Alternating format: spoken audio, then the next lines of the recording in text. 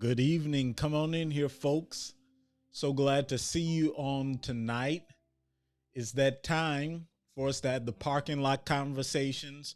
Hopefully, everybody is out of your Bible studies, your Wednesday night uh, church classes, all of that. I want you to come on in here, click the like button, and click some hearts for me, and then say hi to me down in the comment chats. Come on in. We're gonna have the conversation tonight. It's a needed conversation, and it takes you to have that conversation because you are going to drive our reflection on tonight as we have this needed conversation. I've missed chatting with you all. It's been a couple of busy weeks, and then last week I said, you know what, I'm not even going to go on because the it was the vice presidential debates, and I know better than to try to stand in competition with that kind of prime time event that's taking place, and also I not only is it a prime time event, but I think people ought to be informed, and I hope that those of you that chose to tune in, you were able to um, take part and hear what it is that you needed to hear, as some have already made up their minds and others are making up their minds, as the polls are already open in a lot of places. People are already casting their ballots. I've already sent my ballot back off to Texas. So come on in. I am glad to see you on tonight, and we're going to have the conversation. um, I settled. That's a question that a lot of people say to themselves. Did I settle? And have I found myself in a toxic relationship? So come on in, let some folk know that we're on and that we're just getting started. But I am looking forward to hearing your thoughts, hearing your reflections, hearing your opinions. And remember that we do not always have to agree. We're not always going to agree, and there's going to be individuals that have uh, different of opinion, and you're going to have different approaches, and we all have different experiences. But share on tonight, speak up on tonight, and know that uh, this is a. I want to give an advance kind of awareness that this conversation uh, could trigger some people. There are individuals out there that are in, that have been in, and that are potentially finding themselves in a space, in a situation where you feel as though you are in a toxic relationship and that you settled and you moved too early.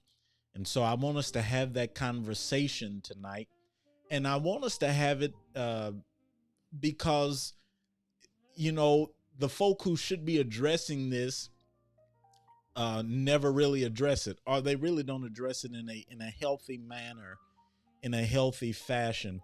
I just happened to be perusing some, you know, content creators on YouTube, and somebody had posted a video up of a pastor who was sharing, you know, her thoughts about what she would do if you know, she found out her son was in a relationship.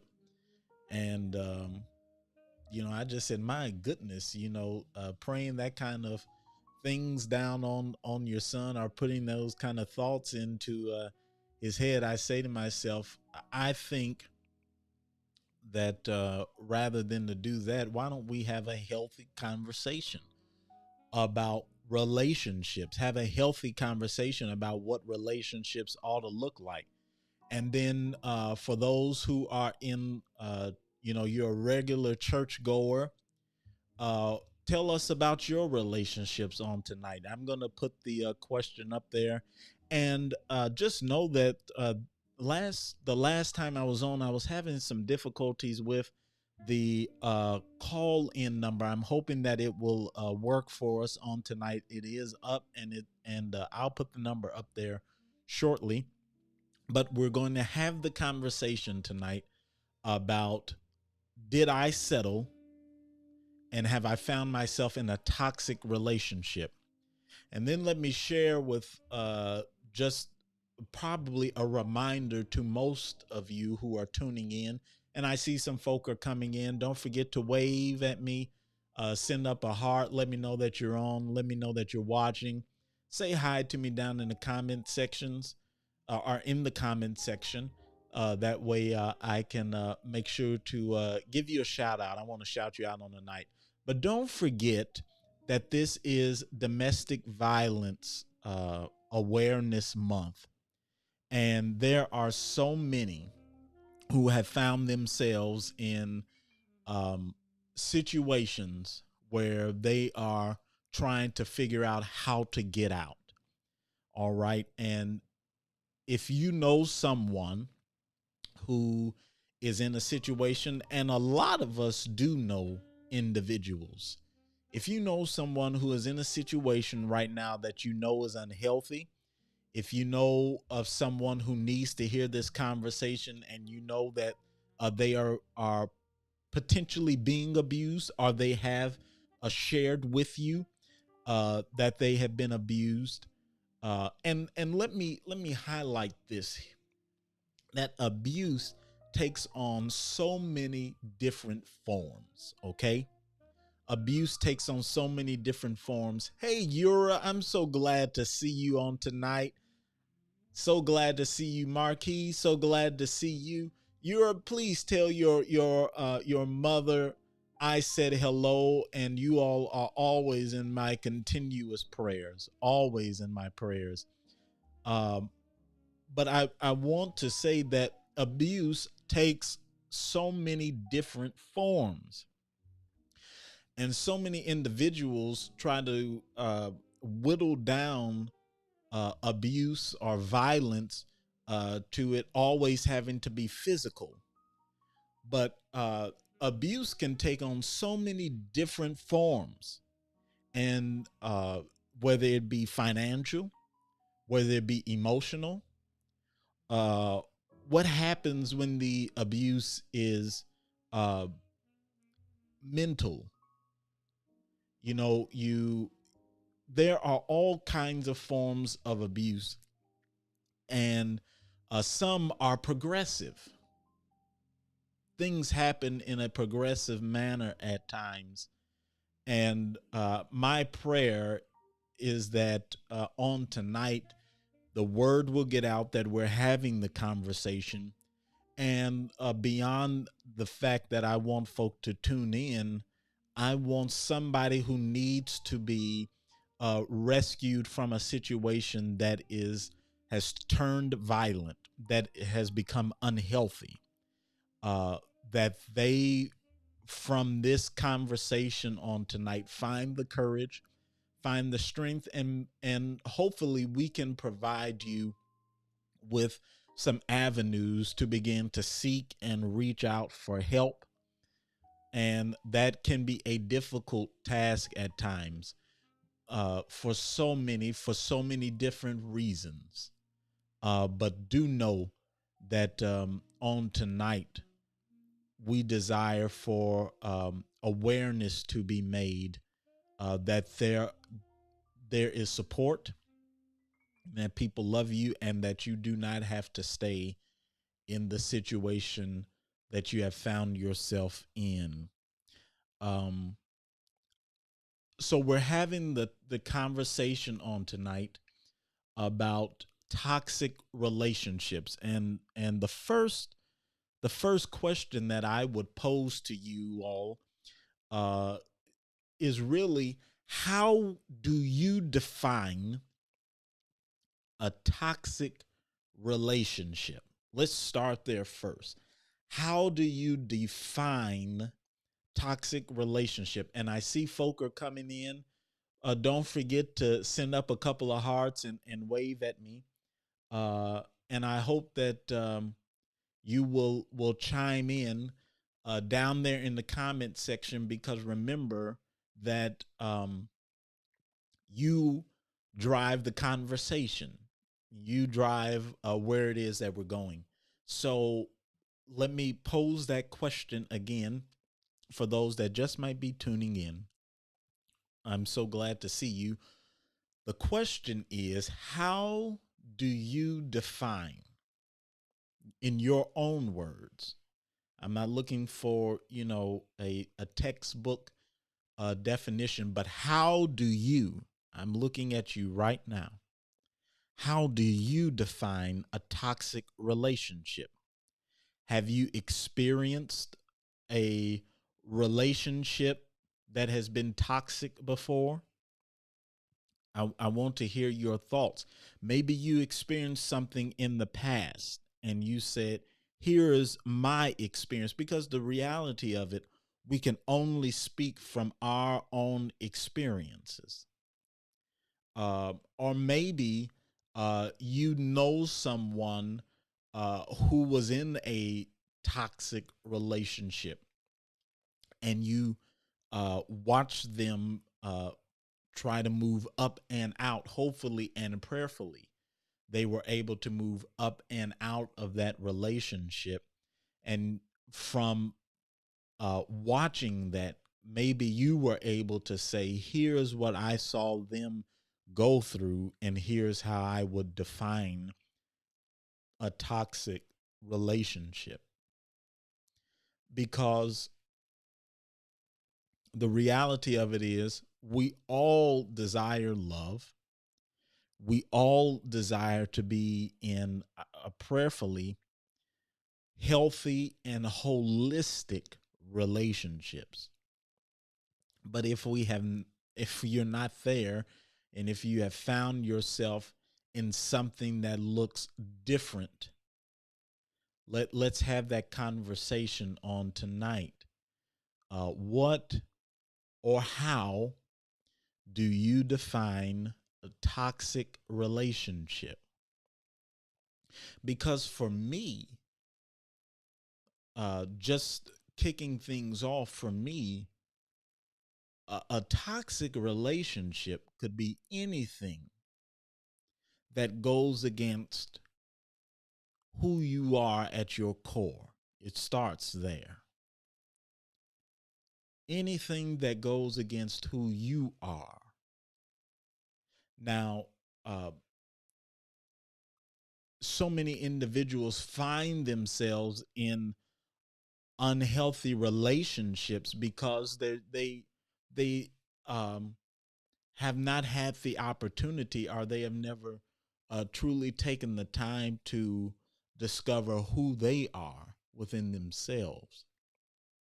So I won't, for me, it will start anything that would deny you being you, I believe, starts a toxic relationship. Anybody that you hook up with, anybody that you're dating, anybody that you're in quote unquote a relationship with, that and you find yourself saying, this is not who I am, or I'm having to um, conform to who this individual thinks or believes I should be. I believe there is where we have the start and uh, the foundation for a journey toward a very toxic relationship. That's my reflection. I wouldn't dare ask someone to be somebody that they're not. That's for me. But a lot of people find themselves in that situation because the truth is they desire happiness. They desire to be with someone. In some situations, individuals are searching and feeling like they're being forced to be pressed to be in a relationship, and so you you attach yourself to someone uh, who you know in your inner self, this ain't right. I want to hear your thoughts on tonight, and because we need to have that conversation, especially during this month, this very critical month of domestic violence awareness. We should be having that conversation because we don't want to sweep it under the rug, because so many people get hurt as a result. So many individuals get hurt as a result of us not having this conversation. So I would share, as you're coming in, come on in, uh, uh, and then uh, share with us what your thoughts are as we have this conversation, because us having the conversation can save someone, and ultimately, whether we want to say it or not, can save someone's life. And that's really what we should desire. How do we save someone's life, someone's sister, someone's brother, someone's niece, somebody's mother, and the list can go on and on. But what we want to do is save lives here. Hey, I have hi Jonathan, glad to see you on tonight. Um let me get it up there. We're getting things rolling there. Jonathan, you say I'd say it's any relationship that squelches the growth of that person at their core. I agree with you. Any relationship that squelches the growth. I hope that you can flesh out, Jonathan, just a bit more about where you desire to go with growth, because I want to make sure that individuals know that if you're in a relationship, you ought to be growing. You ought to be growing and flourishing. So that relationship that you're in should be uh, enhancing and allowing you to move toward um, who you are, who you desire to be, the goals that you have. So if you would just share, as you already have, talk a bit more from your reflection point. What does growth look like? And that can be a question, because as much as we can talk about defining, and that's the question that I we're starting out with, how would you define what a toxic relationship is? At the same time, uh do not be afraid to share, hey, here is some of the things that I look for, because maybe looking for will help us to flesh out the things that are toxic. Okay, but the growth, and then who you are at your core, that's a major starting point. People have to know who they are in their core, and if we miss out on that, then that's when we have issues there. So who are you at your core, and then what does growth look like? Hey, John Reese is on. Matter of fact, I'm going to we have it I have it up here. We're going to highlight, and I'm going to highlight it another time on tonight. Let me do this first. John Reese said that toxic relationship. I was in one that was violent and controlling. I thought I could fix the other person, but I realized I can only change me. And once I changed, my heart wasn't in the mess anymore, and I began to make plans to leave. I am free indeed. I absolutely love it. That's coming from John Reese. Uh, and she said that she was in a violent and a controlling relationship. And she believed that she could fix the other person. And there are a lot of folks that believe that they can fix the other individual. And she hit that nail on the head. I'm going to put it back up there. You can't fix a person if they don't desire to change, if there is not within them the want to change in their heart and to move. You can't do that. But who you do have control over is you. And John Reese said she made plans to leave. Now there's some part in there, John Reese. I hope that you will talk about that plans. I'm going to throw it back up there. I want it up there. Begin to make plans to leave. And there are a lot of individuals right now who might find themselves in unhealthy situations, in unhealthy relationships. And what you need, and you said, I got to get out of here. But what you need is a plan. You need a plan. John Reese, I wonder if you could talk to individuals about making a plan, because I would like to see those same individuals say, I am free indeed. And for those that need to hear stories, that need to hear individuals who have walked that journey, who have walked that path, I want you to please check in. It's on. You can purchase this on Amazon, or reach out right here, and we'll make sure that you get a copy. But Healing Voices by Jay Harris. is a beautiful work. It's an absolutely beautiful work. And in Healing Voices, it the author has compiled 11. Let me give you that number again. 11 real life stories.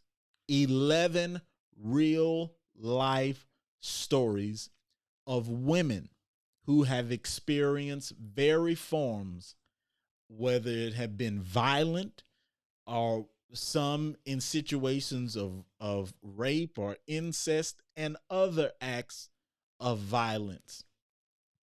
But the common thread for this book is being the realization that they survived because of their faith in God. I hope that you will check out this book. You ought to make it a part of your library. And then if you know someone who is in a situation that is unhealthy, if you know someone who is in a situation that is unhealthy, I want you to make sure that they get this text, get it in their hand, buy it for them, and let's see if we can encourage them by reading other stories that have walked the journey, that have gone the path, and that can now say, I am free indeed.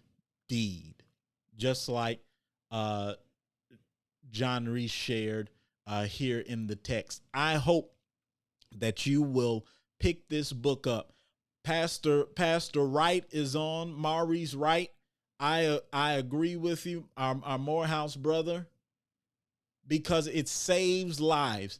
And I just believe and I just know that if we can get this text in individuals' hands who are living in very harmful situations right now, we can begin to do some healing work. Healing Voices by Arthur J. Harris.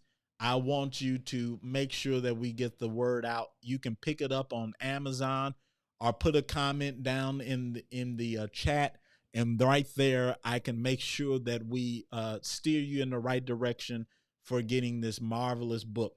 Matter of fact, for those of you, I have my text right here, Healing Voices. I have my text. Not only do I have it here, I have one in my office as well. Healing Voices by Jay Harris. I hope that you will pick up your copy of that text and get it in the hands of somebody who you know needs to hear the stories. They need to hear the stories. Once again, that's Healing Voices by Jay Harris. I'll put it back up on the screen. This is my hard copy text, folks, and this is a beautiful read, and there are beautiful reflections written by women ministers who have read the stories, who were able to speak directly to those stories through a lens of faith. So I want to put that back up there. And that text is Healing Voices. Healing Voices by Jay Harris. Healing Voices. Healing Voices by Jay Harris. All right. So we're having the conversation on tonight. And I'm delighted to have you on. So the next question that I want to invite us to ask, and give me 1 second here as I get this back up here. When if you are an individual who found themselves in a toxic relationship, when did you first begin seeing signs that the relationship was toxic? At what point did you begin to see the signs that allowed you to say this is a toxic relationship? because there are signs. And sometimes for so many, the signs are subtle. The signs are subtle. But if you found yourself in a toxic relationship, when did you begin to see the signs that you were in a toxic relationship? At what point did you begin to see the signs that allowed you to say, uh, wait a minute, something is wrong here? Was it toward the beginning of a relationship? Uh, was it in the middle? Was it your first time spending a weekend with an individual away? When did you first begin to see signs where you were able to say something is off, something is wrong here? This person is not who I thought they were. This person is beginning to reveal themselves, and but I'm too far in, or I moved in too soon, and now I have no place to go lay my head. When did you begin to see signs that you had found yourself in a toxic and an unhealthy relationship? Individuals need to hear that, and we need to hear your voices on tonight. So I hope that you will share. And once again, this might not have been you. John Reese was able to share with us down in the comments, but maybe you can say, I know somebody. And it was at this point where that individual began to see signs that they knew they were in an unhealthy relationship. All right. When did you see the signs? Because that's so critical. And we have to ask that question, and that question as many answers as we possibly can. There's no right answer. There's no wrong answer. But as many um, uh, answers as we can get will help us have a better awareness. And individuals who go back and watch this later should be able to see, because you never know whose hands this is going to flow in. And our desire is that we want to save lives. We want to save lives. And if you can say it was at the beginning, if you can say it was in the middle, if you can say this was a sign that I picked up, every bit helps, because somebody needs to hear this right now. And we know that there are individuals right now who are laying their head in a place that is unhealthy. Somebody is in a situation right now as we are having this conversation where they are fearing for their life. And so we want to make sure that if we can support, whether it be by saying here's a sign to pick up, or I experienced it at this point, or here's what I know happened to a friend. You don't have to put the friend's name out there. You can say, here's what happened to a friend.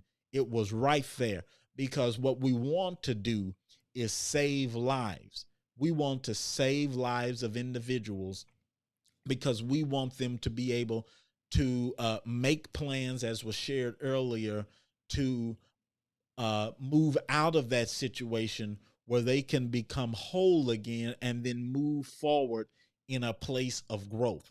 Okay, Marquis, I see you down in the comments. You said when I actually needed the person. All right. You said toxicity will always rear its, I'm going to put it up there.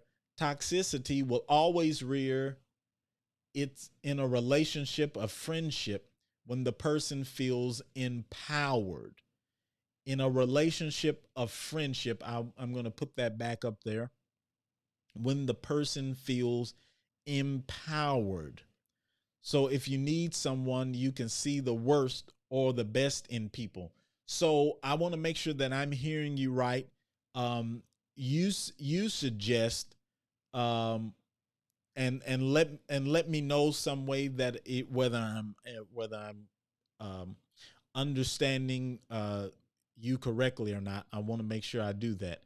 Um, Marquis, you're suggesting that one, it can happen when it's a friendship, and then someone begins to feel empowered. An individual who is a part of that friendship begins to feel empowered, and then abuse um, the person that they're in friendship with. Am I hearing that correctly? Share with me. Let me know if I'm hearing your thoughts on that correctly. And then you said, so if you need someone, you can see the worst or the best in people. Now, I think that's something for us to discuss there. When we need someone, when we need someone, because you said so. If you, the reality of it is, I believe we all need someone. That's where I want to start there. We all need someone, and I think it's vital. I think it's absolutely vital uh, that we have awareness. Not only do we need, but we desire. You desire to have someone. And there's absolutely nothing wrong with that. There's absolutely nothing wrong with you desiring to have someone. But when you are desiring an individual to the point where you begin to look over or ignore or choose not to see the their treatment of you, whether it be through small comments, uh, whether it be um, how they begin to interact with you.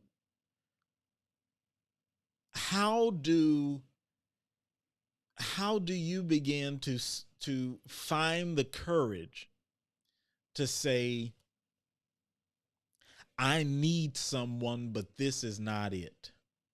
This is not the person that I'm looking for. This is not the person uh, that, as much as I desire, and then as much as I need, this is not the person that I need to be in contact with in this kind of relationship. But I do agree with you. So many have found themselves there, in that place, because a friendship turned into someone feeling empowered. And that's a conversation within itself. And there's a lot of people in unhealthy friendships, that have gone a very a very wrong direction, because somebody in that friendship began to feel empowered, and then began to use uh, that that power over the other individual, and now they have found themselves in a very unhealthy relationship, in a very toxic relationship. Hey, John Reese, I see you down in the comment section. Um, let me see. I'm gonna read this, and I'm gonna see if I get it up on the screen. Hopefully, it'll fit, folks. Because we can have that conversation. My goodness, this one's a little big. Well, let me see if I can get it up there. And I'm sure you all can see me resizing this on. I'm doing this wrong. Hang on. Oh, gee, I did that wrong. My apologies. Let me try. Let me try. Let me try this again. I was trying to bring it to a place where you all could see that, where it could be read. I'm and I think it's somewhere out there right now, but it'll come down. Let me go ahead and read that. I guess as this goes on, maybe I'll get better at making sure that I can put comments up there this size. But John Reese says down in the comments, thanks for sharing the book and putting this topic up for discussion. Silence was my enemy. I was embarrassed for my family and friends to know I had allowed myself to be abused. I did not seek help, and I could have lost my life. I have since learned that women are more likely to survive leaving the abuse if they have a plan, such as putting money aside, collecting critical documents, and are related to the abuser, such as a driver's license and social security number. Contacting a trusted person and letting them know you are planning to leave. Get an extra set of car keys, copy children's school records and notify the school of the problem, and have the number of a shelter or a safe place to go. I hope that that those down in the comment section, if you will make sure that we get that word out. I think I had somebody that called in, but we may have lost them. If you were calling in, feel free to call back. I think I saw you there, right in the middle of that.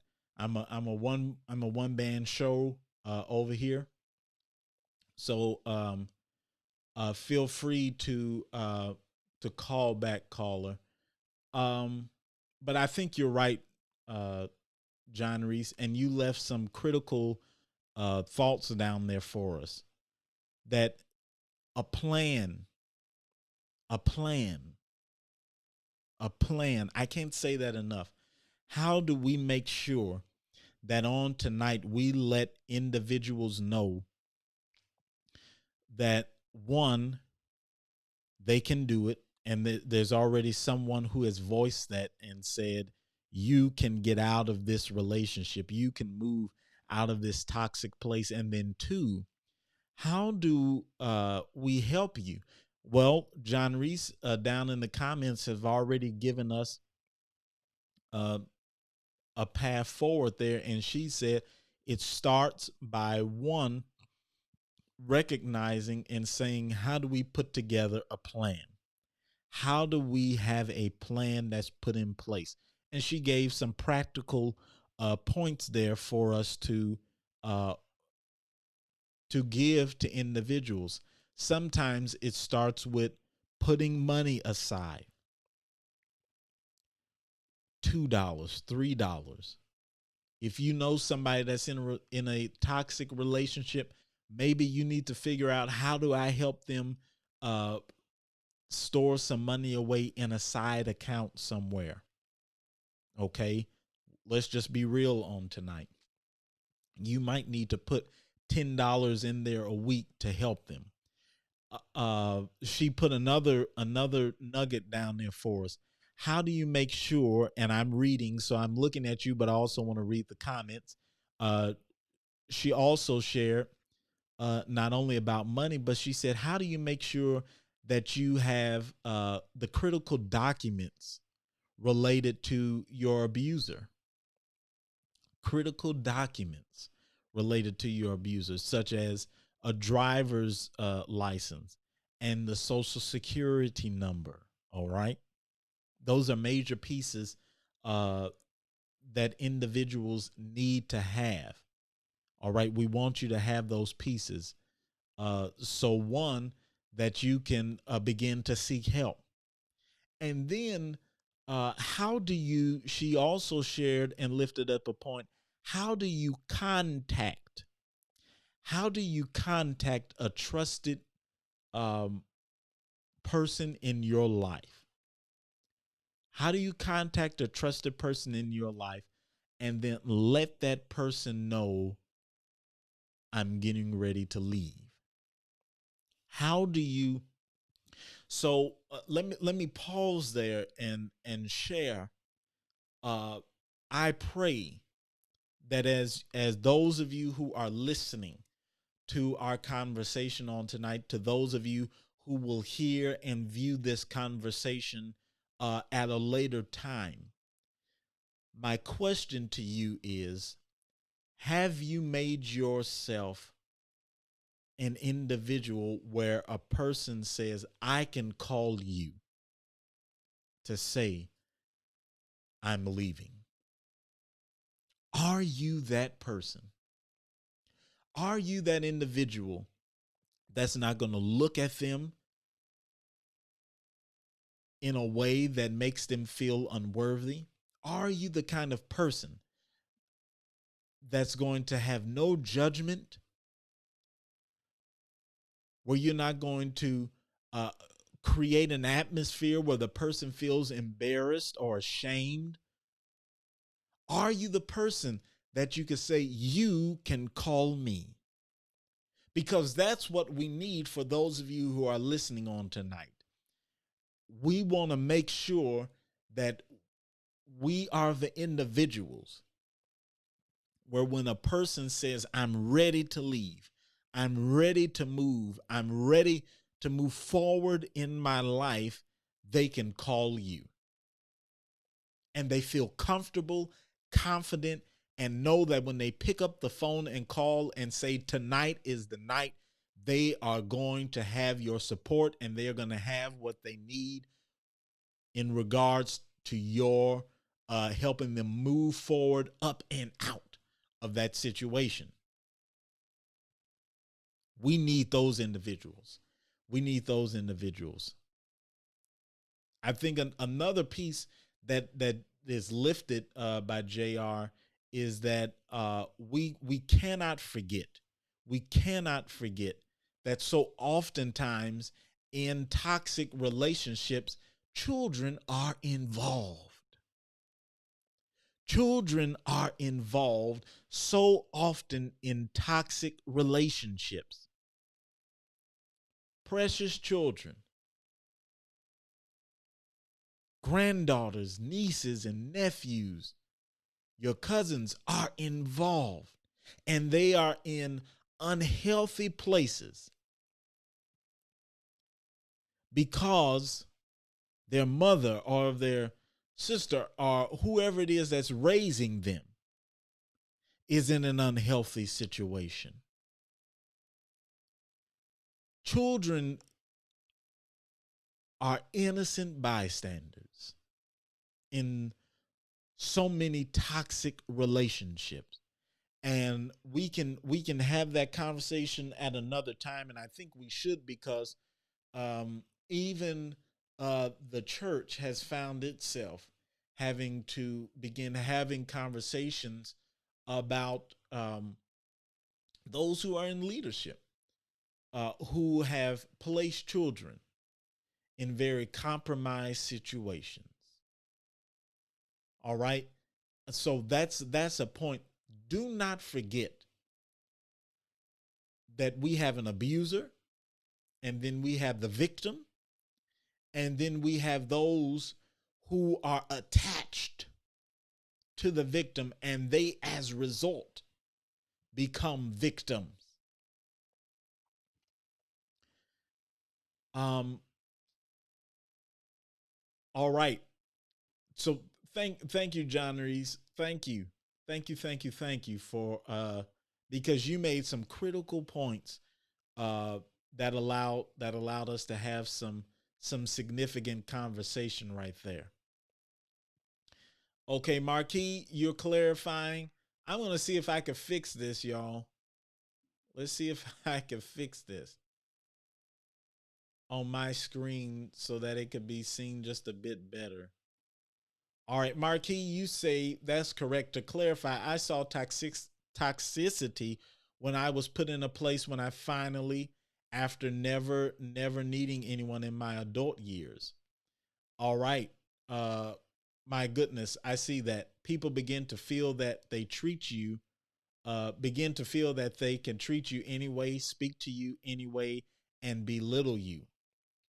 And so you found yourself in a situation where you were in need of support. That's what it sounds like. You were in need of support, and you had never been placed in that situation before, and then you found yourself needing someone. Uh, but once in that situation, you could begin to feel, the individual treat you differently and speak to you in a way that belittled you. I appreciate you sharing that. I think that's right. John Reese, Johnny's. Oh no, that's Johnny's right there. Okay, Johnny's. Good. Hey, good. I didn't say hey, Johnny's. Being that the church is 80% women and 1 out of 3 are abused, we need to see that and hear that number on tonight. 80% of the church is women and 1 out of 3. Do we hear that? That's a major number. That is an absolutely major number. 1 out of 3 women are abused. Why is it that the church is not talking about domestic violence from the pulpit? I wholeheartedly agree with you, Johnny's. And I hope that the word will get out on tonight that we're having, where we're beginning to have the conversation over here on tonight, that even in churches, and we know that from very recent, from very new articles being published, that domestic violence happens right in the church. 80% of, as you say, 80% of the church is women. 1 out of 3. 1 out of 3 women are abused. 1 out of 3 women are abused. And the church should be a haven. It should be a haven. It should be a place where individuals can experience health, growth, and for so many, it has become a place where they have to sit in silence. Where they have to sit in silence. I want to get this up there real quick. Yes, and Marquis, I don't think you should have any regrets. You should not have any regrets by detaching yourself from an individual that it has placed you in an unhealthy situation, that has placed you in a situation where you know is going to become toxic and could eventually move to violent. We should never have to stay in that place. And so once again, I'm going to put another plug right here for those that might be tuning in just a bit later. I highlighted this book earlier, and there are other authors out there, but I want to highlight the work of Jay Harris tonight, Healing Voices. I want you to go to Amazon right now. How do you help someone? Buy them this book. Purchase this book for them and get it in their hands. Healing Voices by Jay Harris. And once again, this book consists of 11 real life stories of women who have experienced various forms of violence. I want you to help get this book in their hand, because the common thread that all of these women had in overcoming their struggle, overcoming their abuse, and overcoming their abuser is their faith in God. I want you to get this book in somebody's hand tonight. You can order it for them on Amazon and make sure it makes their way to them, because this is real, and life is short. And life, as one writer and author has said before, life is like a vapor. And so often we wait. And before I go, I want to ask this question because uh, highlighting uh, healing voices again allows me to move and ask this question. For those that have found themselves in toxic relationships, in toxic relationships, so many of them stay, a host of different reasons, whether it be financial, uh, whether it be emotional, whether it's a mental hold. But what does your image of God, how, or rather, let me rephrase that. How did your image of God inform how you handled the toxic relationship? Let me say that again. How did your image of God inform how you handled the toxic relationship? I want to hear your thoughts because faith plays a major role. Faith plays a major role in the lives of individuals. And I want to hear your thoughts on how does faith, how does your image of God, how does your image of God, how did it inform how you handled the toxic relationship that you found yourself in? All right. How did how did your image of God, because the image of God plays a critical role. The image of God plays such a critical role in our lives, whether we realize it or not. And there are so many whose image says that they should stay. There are so many whose image says, I can't speak up. I can't speak out. So many have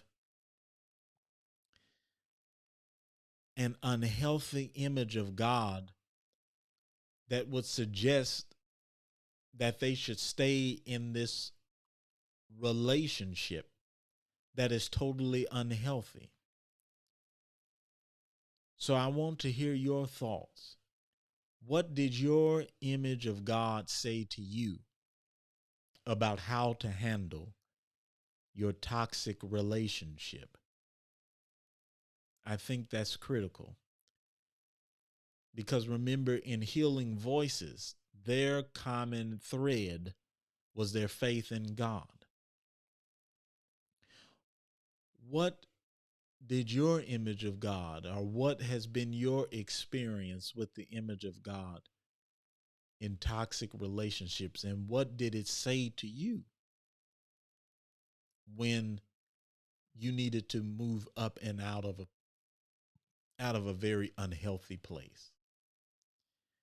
Hey, okay, JR, the book can be ordered. Thanks so much for putting this up there.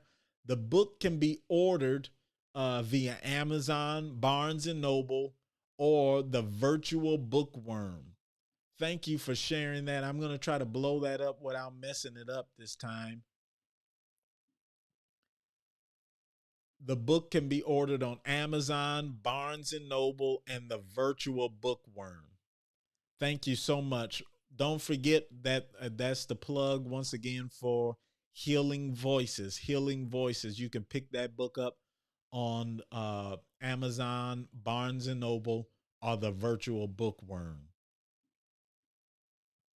Okay, Marquis, you shared with us, the image of God helped me handle the toxicity.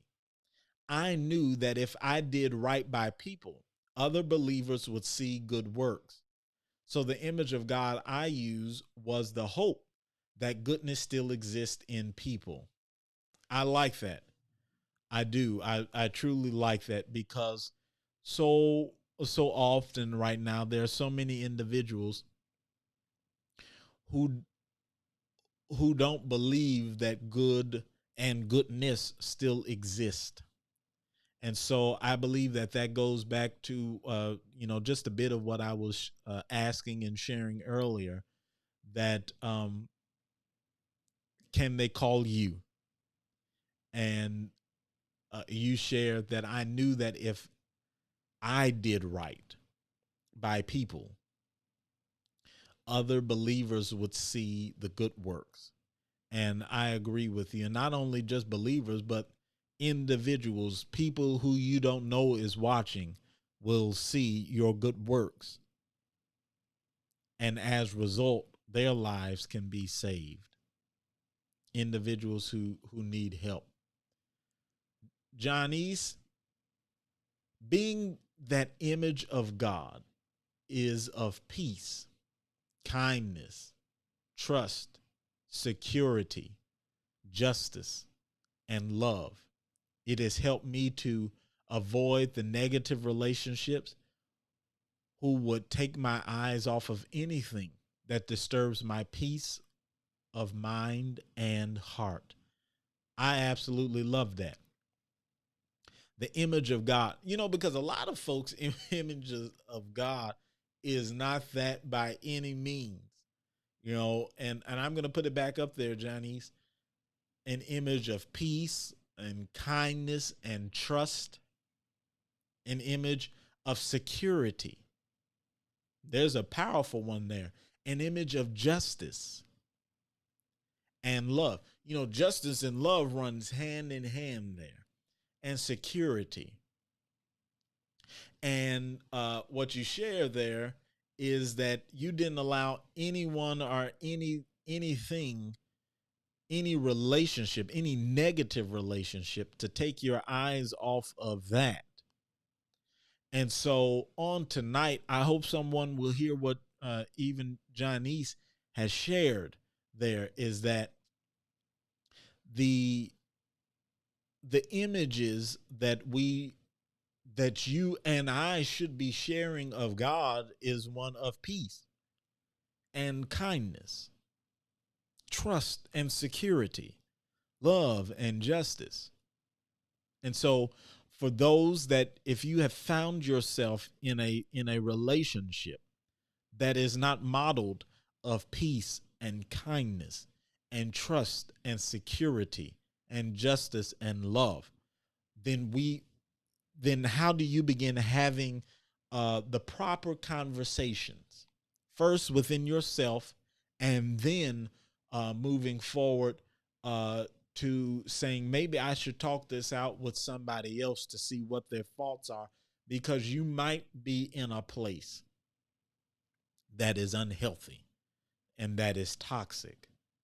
If it disrupts your peace, your inner peace, and you know what that is, if you are surrounded by an individual who never presents peace or kindness or trust or security, justice and love, then that's where we need to have question.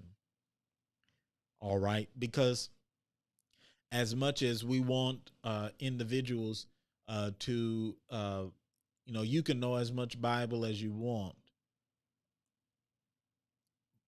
but you need to be able to experience it from somebody. And Marquise shared that earlier. We need folk who can display, who can show that love, who can show and exhibit that for others to experience. Thank you for sharing, Johnny's. So I think that's about our time on tonight, but I want to thank you all for tuning in and sharing. And I hope that this will get out. I want folk to make sure that you click the like button, click the heart button, but the biggest button I want you to push is the share. push the share button, because there is absolutely nothing um, that we shared here on tonight that should not be shared with others. I got somebody that's chiming in here. Hi, Corey. There we go. The image of God created a realm of safety while living through domestic violence. My goodness. When escaped, went through deliverance and healing from hostility to receive love, peace, and hope. Thank you for sharing on tonight. I think that's a message that somebody needs to hear, that the image of God created a realm of safety while living through a domestic violence situation. And let me share that domestic violence happens both in the lives of women, and domestic violence happens in the lives of men. And so we have to have the conversation. Have it for your daughters. Have it for your niece. Have the conversation for your son or your nephew. We have the conversation for your grandchildren. Have the conversation for your sisters and your brothers. Have the conversation, because what we want is for individuals to be able to move into a place of safety. I like what Corey shared there. Thanks so much for sharing with us, Corey, and we're glad to have you. And I hope that you'll come back and share with us again. And I think you nailed this. Let me put this back up there real quick. I was getting ready to get off, and I know the time is late, but Corey shared when escaped, he went through deliverance and healing from hostility. Now, let me say that just because an individual is able to move out of an unhealthy situation, that does not mean that everything is over. Do y'all hear me? That does not mean that everything is over. There's going to be a journey beginning right there, and one that's going to be long, and one that's going to need individuals who can begin to help that individual process what has transpired. Because being in unhealthy and toxic and relationships create so many wounds, and a lot of it is not exposed until the person is out. And first and foremost, my prayer is, one, that we can get people out of the situation. But then secondly, once they are no longer in the relationship, they're no longer in a household, they're no longer under the same roof, they're no longer in the presence of that individual that has begin to force what I believe is their own insecurities on the other individual. How do we make sure we connect people with uh, with the right kind of tools and the right kind of support to begin a healing journey? So on tonight, if you're listening, if you know somebody who needs to hear this, first, the domestic violence hotline number is 1-800-799-7233. Once again, the domestic violence hotline number is 1-800-799-7233. And I want you to make sure that you get that number out. You can also, if if you're afraid that you cannot call, or maybe you can't get to a place where you can call, there's some information on there on the national website, where you can go to the National Domestic Hotline, uh, and they there have some warning signs of abuse, and you can just simply read quietly to say what are the signs of abuse, whether it be control or various forms. You can read the information there. Um, Corey Corey says, I was legally adopted into this family of domestic violence, so I felt rejected and abandoned into something I believe was my lot. My goodness. These conversations need to be had because we were a part of the church and no one knew. Have mercy. I'm so glad that you, one, were willing to be vulnerable to share on tonight, Corey. I hope you hear that from me, and I hope you hear that from my heart. Thank you for sharing. Thank you for being vulnerable to share. I want to thank John Reese for being vulnerable to share, and I think, Corey, your message of what you have just shared down in the chat goes back to what um, Johnny shared earlier, which was uh, this is happening in the church. This is happening in the church, and it's unfortunate that you had to feel as though you have been rejected and abandoned, and as if that was something that had been placed upon you to simply live through. But there is something in your message on tonight, and maybe at some point, and I don't know if you have, I'm not sure if you have, but I hope that at some point, you too will join uh, authors like Jay Harris, uh, and I hope that you will consider sharing uh, your story in book form, so that others can read and can hear your message. Because as I stated, domestic violence just doesn't happen in the lives of women. It will happen in the lives of men as well. And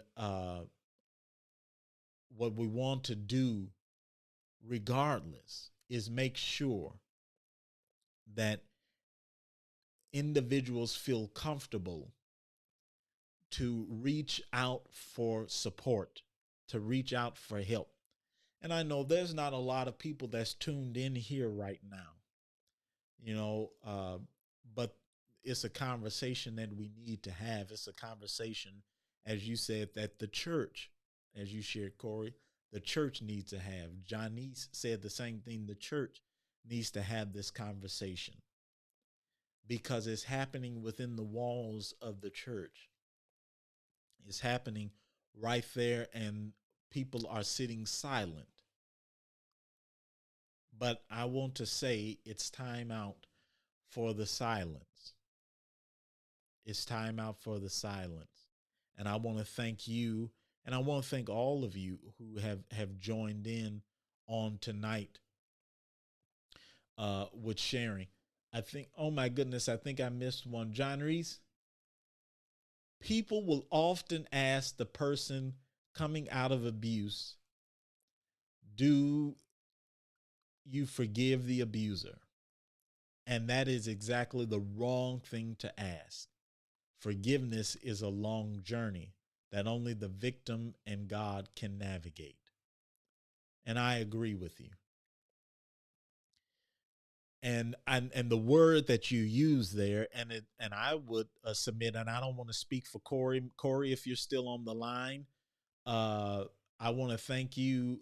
If you're still on the line, maybe you might have something to share there as well, is that it's a journey. Healing is a journey. Forgiveness is a journey. And the moment that somebody leaves a situation does not mean that all is well. It means they are beginning a journey, and a journey that is going to take a lifetime for some individuals. It's a journey, a long journey. And John Reese, you had it just right. That's a journey that only the victim and God can navigate. Only the victim and God can navigate. And there are individuals out here, I'm willing um, to always listen. Feel free to call in on these, on the lines, and feel free uh, to share. But we're wanting to create a space where you feel comfortable to share. And I'm so glad that individuals have felt comfortable to share on tonight. Johnny's, see, that's why you the main deal. Thank you for putting that hotline up there. Johnny's has put the hotline uh, uh, link in the chat. Send this out there to somebody, and that way, all they have to do is click on the hotline, and they can get the information that we put out, the phone number, and they can do their own research to begin to see uh, the various information out there that's being shared on the domestic violence national website. And Corey, healing and forgiveness it is. Corey, healing and forgiveness is a journey. I wholeheartedly agree with both you and John Reese there. Well, what I will say is that I think the conversation picked up over the course of us having it, and I know it's not an easy topic. Perhaps that's why the churches don't want to have the conversation. It's not a conversation that's going to make folk get up and shout. Is not a conversation that's going to make folk get up and run around the room and tap their toes and dance and um, but it's a conversation that we need to have because it's a conversation that saves lives, and that's the business that we're in, is the business of making sure that we save lives and save individuals from harm's way, from harm's way. And so I want to thank you for joining us on tonight. If you check down there in the comment section, Johnny's has put the domestic violence uh, website information in there. You can click on that link and it'll take you right there where you could get more abuse, and you can, you could get more information about abuse, and you can begin to see some of the common signs of abusive behavior in a partner, which could include, telling you all kind of things. Sometimes is mental, or there's an extreme jealousy in some individuals, or even preventing you and discouraging you from spending time with your friends and with your family. And so we want you to go and take a look at that website and see the information that they have up there. Yeah, Marquis, it's not going to let you tap your toes. This is a conversation that's not going to allow you to, let folk run around the room. It's just not. And that's the reality of it. But we need to have the conversation. This won't be the last time we have the conversation. Remember, all it's Domestic Violence Awareness Month, but this is year round. People are dealing with it right now, and we don't have any moment to waste. We don't have any moment to waste. So I want to thank you, and I hope that you will be brave. Be brave on tonight and click the share button. You don't have to click the like button. Click the share button. share, and send this message out. My goodness, Corey, do a part 2 segment, huh? Well, I'm willing to do that if that's something that those of you who are joined in would desire to do, is a part 2, and we continue this conversation. Okay, I see the hearts going up. I see the thumbs going up.